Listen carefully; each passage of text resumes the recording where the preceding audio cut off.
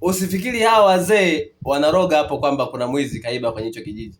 Hawa wazee wanamroga Ruto. Oh my Lord. Kenya stories zao zinabamba ile mbaya. Unaambiwa hao ni wazee kutoka jamii ya Wakikuyu.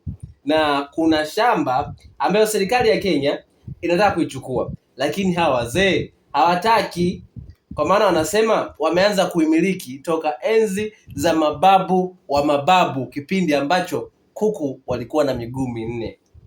Wao wanataka hiyo ardhi ibaki tu, isiwe, yani serikali sijenge chochote, ila itumike labda kwa masuala ya kuomba vile au matambiko.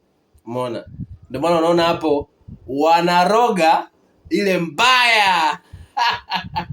By the way, kuna watu, hii imetokea kipindi kibaya sana, kipindi cha siasa. Kwa hiyo mambo ni mengi.